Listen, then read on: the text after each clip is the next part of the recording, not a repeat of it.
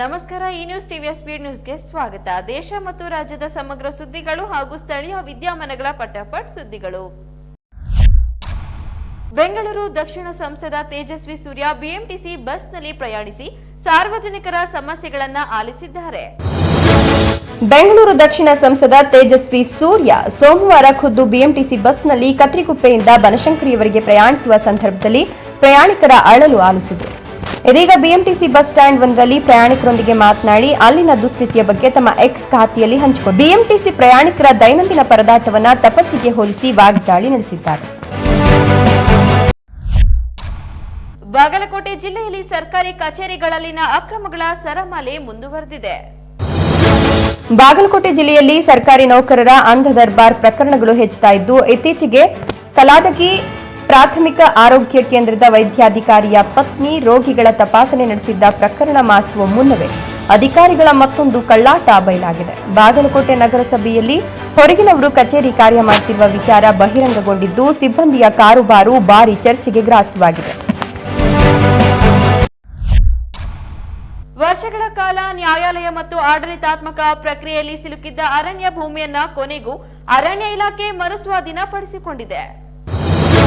ಕುದುರೆಮುಖ ವನ್ಯಜೀವಿ ವಿಭಾಗದ ವ್ಯಾಪ್ತಿಯಲ್ಲಿ ಅರಣ್ಯ ಇಲಾಖೆ 13 ಅತಿಕ್ರಮಣಗಳನ್ನು ಕಳೆದ 1 ವರ್ಷದ ಅವಧಿಯಲ್ಲಿ ತೆರವುಗೊಳಿಸಿ ಸುಮಾರು 30 ಎಕರೆ ಅರಣ್ಯ ಭೂಮಿಯನ್ನು ಮರುಸ್ವಾಧೀನಪಡಿಸಿಕೊಂಡಿದೆ.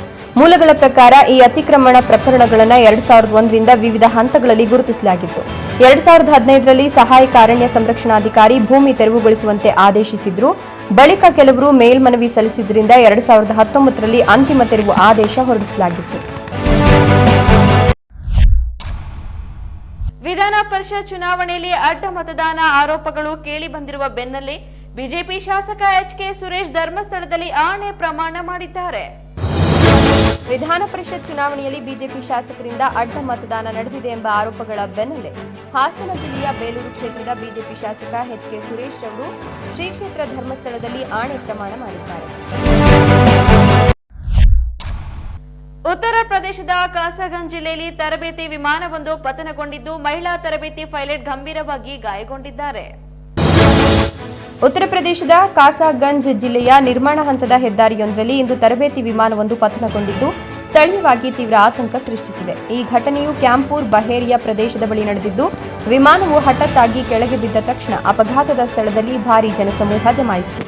ಪ್ರಾಥಮಿಕ ಮಾಹಿತಿಯ ಪ್ರಕಾರ ಅಪಘಾತದ ಸಮಯದಲ್ಲಿ ವಿಮಾನದಲ್ಲಿ ಮಹಿಳಾ ತರಬೇತಿ ಪೈಲಟ್ ಮಾತ್ರ ಇತ್ತು. ಪತನದ ಪರಿಣಾಮವಾಗಿ ಅವರು ಗಂಭೀರವಾಗಿ ಗಾಯಗೊಂಡಿದ್ದು, ಸ್ಥಳದಲ್ಲಿ ಪ್ರಥಮ ಚಿಕಿತ್ಸೆ ನೀಡಿದ ನಂತರ ಅವರನ್ನು ಜಿಲ್ಲಾಸ್ಪತ್ರೆಗೆ ದಾಖಲಿಸಲಾಗಿದೆ.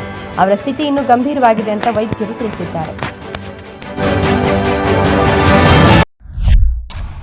ತುಮಕೂರು ಬಾಂಬ್ ಸ್ಫೋಟ ಪ್ರಕರಣದ ತನಿಖೆ ನಡೆಸುತ್ತಿದ್ದ ಎಸ್ಐಟಿ ತಂಡಕ್ಕೆ ಉತ್ತರ ಕನ್ನಡದಲ್ಲಿ ಮತ್ತೊಂದು ದೊಡ್ಡ ಜಾಲ ಪತ್ತೆಯಾಗಿದೆ.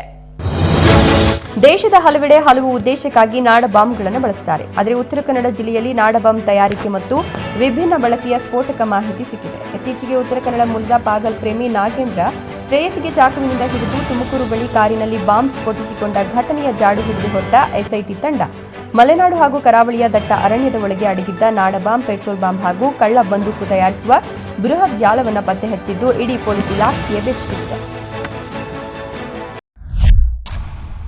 ಮುಂಗಾರು ಮಳೆಯ ಅಬ್ಬರ ರಾಜ್ಯದ ವಾಯು ಗುಣಮಟ್ಟವನ್ನು ಉತ್ತಮಗೊಳಿಸಿದೆ. ರಾಜ್ಯಾದ್ಯಂತ ಮುಂಗಾರು ಮಳೆಯ ಅಬ್ಬರದಲ್ಲಿ ಹಲವೆಡೆ ವಾಯು ಗುಣಮಟ್ಟ ಸುಧಾರಿಸಿದೆ.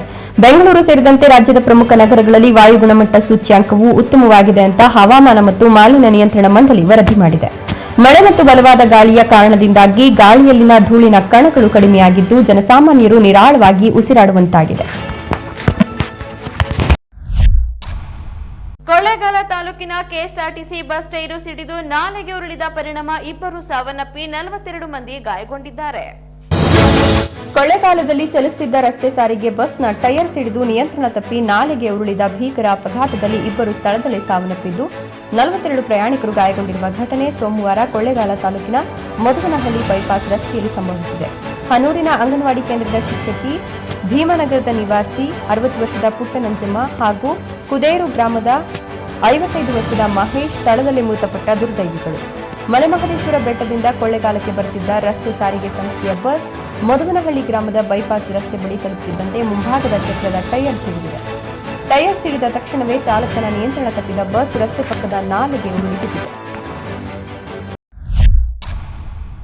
ಬೀದರ್ ಜಿಲ್ಲೆಯಲ್ಲಿ ಪತ್ನಿಯನ್ನ ಅಮಾನುಷವಾಗಿ ಹಲ್ಲೆ ನಡೆಸಿ ಕೊಲೆ ಮಾಡಿದ ಆರೋಪದಲ್ಲಿ ಭಾರತೀಯ ಸೇನೆಯ ಯೋಧನ ವಿರುದ್ಧ ಪ್ರಕರಣ ದಾಖಲಾಗಿದೆ. ಬೀದರ್ನಲ್ಲಿ ಪಕ್ಕದ ಮನೆಯ ಯುವತಿ ಜೊತೆ ಅನೈತಿಕ ಸಂಬಂಧ ಇಟ್ಟುಕೊಂಡಿದ್ದನ್ನ ಪ್ರಶ್ನಿಸಿದ ಪತ್ನಿಯ ಮೇಲೆ ಪತಿ ಕಬ್ಬಿಣದ ರಾಡ್ನಿಂದ ಮಾರಣಾಂತಿಕವಾಗಿ ಹಲ್ಲೆ ನಡೆಸಿ ಭೀಕರವಾಗಿ ಕೊಲೆ ಮಾಡಿರುವ ಆಘಾತಕಾರಿ ಘಟನೆ ಬುಧವಾರ ಬೀದರ್ ಜಿಲ್ಲೆಯ ಬಾಲ್ಕಿ ತಾಲೂಕಿನ ಹೊನ್ನಿಕೇರಿ ಅರಣ್ಯ ಪ್ರದೇಶದಲ್ಲಿ ಬೆಳಕಿಗೆ ಬಂದಿದೆ. ದೇಶ ಕಾಯುವ ಯೋಧನೆ ಹೆಂಡತಿಯನ್ನು ಅಮಾನುಷವಾಗಿ ಹತ್ಯೆ ಮಾಡಿರುವುದು ಸಾರ್ವಜನಿಕರಲ್ಲಿ ತೀವ್ರ ಆಕ್ರೋಶ ಮೂಡಿಸಿದೆ. ಬೀದರ್ ತಾಲೂಕಿನ ಹೊನ್ನಿಕೇರಿ ಗ್ರಾಮದ 26 ವರ್ಷದ ಸಂಜನಾ ಕೊಲೆಯಾದ ದುರ್ದೈವಿ. ಭಾರತೀಯ ಸೇನೆಯಲ್ಲಿ ಕಾರ್ಯನಿರ್ವಹಿಸುತ್ತಿರುವ ಆರೋಪಿ ಪತಿ ಭಗವತ್ ಜ್ಞಾನೇಶ್ವರ ಎಂಬಾತನೇ ಈ ಘೋರ ಕೃತ್ಯ ಎಸಗಿದ ಕಿರಾತಕ. ಗಂಭೀರವಾಗಿ ಗಾಯಗೊಂಡಿದ್ದ ಸಂಜನಾ ಅವರನ್ನ ಮಹಾರಾಷ್ಟ್ರದ ಸೊಲ್ಲಾಪುರದ ಖಾಸಗಿ ಆಸ್ಪತ್ರೆಗೆ ದಾಖಲಿಸಲಾಗಿತ್ತಾದರೂ ಚಿಕಿತ್ಸೆ ಫಲಕಾರಿಯಾಗದೆ ಎಂದು ಅವರು ಕೊನೆಯುಸಿರೆಳೆದಿದ್ದಾರೆ. ಲಕ್ಷಾಂತರ ಶಿವಭಕ್ತರು ಕಾತುರದಿಂದ ಕಾಯುತ್ತಿರುವ ಅಮರನಾಥ ಯಾತ್ರೆಗೆ ಕ್ಷಣಗಣನೆ ಆರಂಭವಾಗಿದೆ. ಲಕ್ಷಾಂತರ ಶಿವಭಕ್ತರು ವರ್ಷಪೂರ್ತಿ ಕಾತುರದಿಂದ ಕಾಯುವ ಪವಿತ್ರ ಅಮರನಾಥ ಯಾತ್ರೆಗೆ ದಿನಗಣನೆ ಆರಂಭವಾಗಿದೆ. ಜುಲೈ 3ರಂದು ಅಧಿಕೃತವಾಗಿ ಆರಂಭವಾಗಿರುವ ಈ ಪವಿತ್ರ ಯಾತ್ರೆಯು ಆಗಸ್ಟ್ 28ರಂದು ಮುಕ್ತಾಯಗೊಳ್ಳಲಿದೆ.